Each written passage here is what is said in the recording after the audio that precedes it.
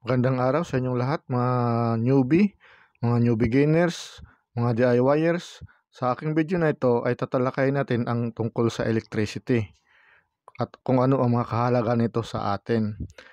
Ang ibig sabihin ng electricity is a type of energy that consists of the movement of electrons between 2 points when there is a potential difference between them, making it possible generate what is known as an electric current. So yan po mga new beginners ang ibig sabihin ng electricity. Ang sunod naman nating tatalakayin ay ang tungkol sa current. Belonging to the present time, happening or being used than now. Yan yung ibig sabihin din ng current.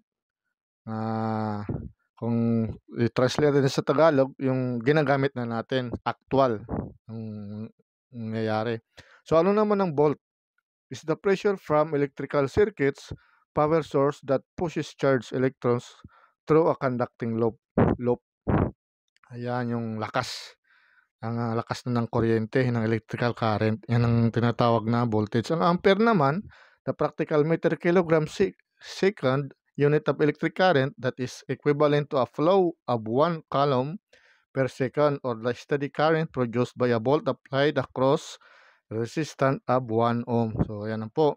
Ang hertz naman, a unit of frequency equal to 1 cycle per second. Yan po, lahat po yan na natuklasan ng ating mga inventor na ipakilala ko sa inyo sa ngayon.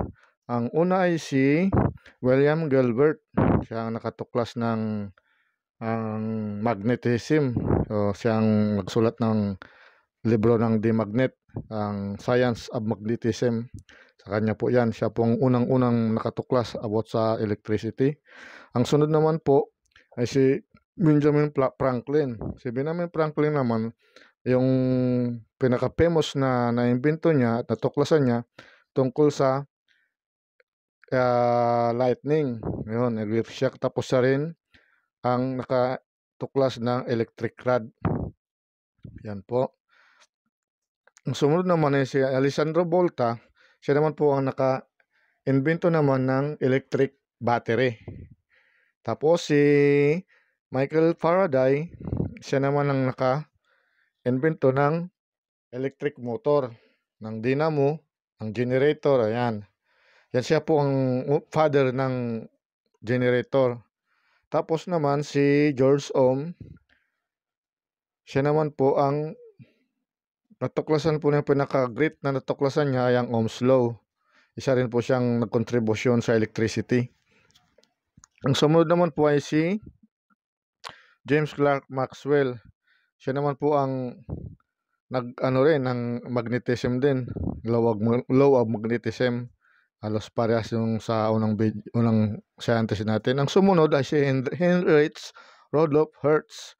Siya rin ang tinaguriang ng Hertz. At si Thomas Edison, ang famous na invento niya sa karamihan ay ang commercialized bulb, yung incandescent bulb. Siya ang naka-invento niyan. Yung hanggang ngayon may nagagamit pa sa ngayon ng ganyan.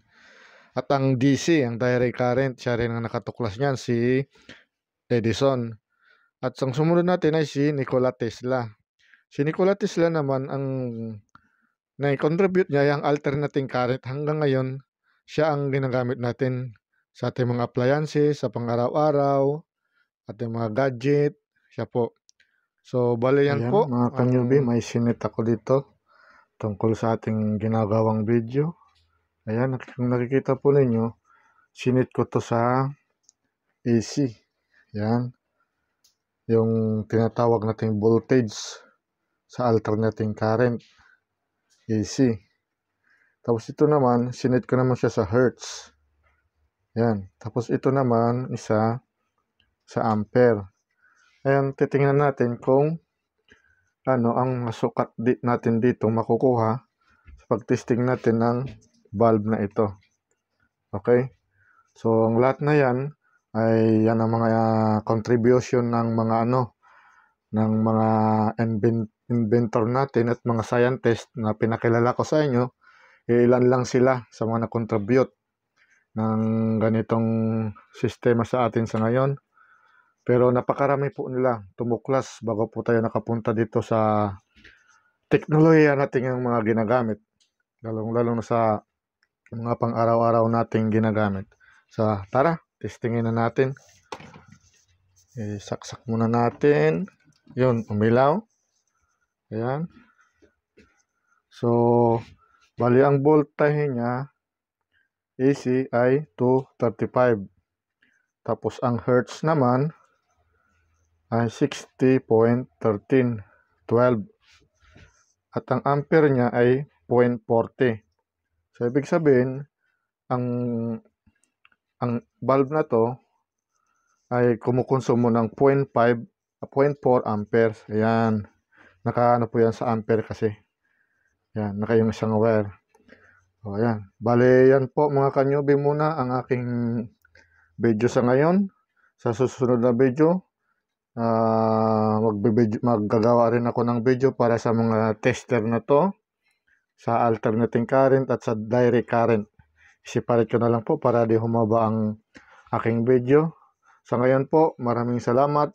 Paki-like na lang po, share, at paki-subscribe na rin para sa mga susunod na aking gagawin mga video.